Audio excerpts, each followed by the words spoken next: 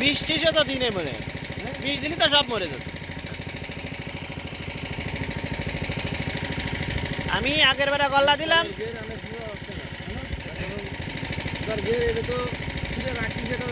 কথাবার্তা রয়েছে রাখি বলের গের আর রাখবো না বলের গের আর রাখবো না পানি 2.5 মাস পানি কমায় দিয়ে বেড়া টেনে দিতে আই।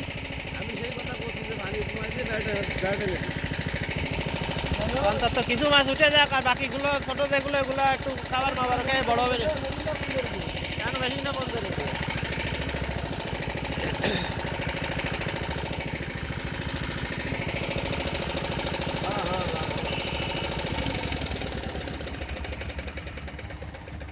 বুঝিস মামারে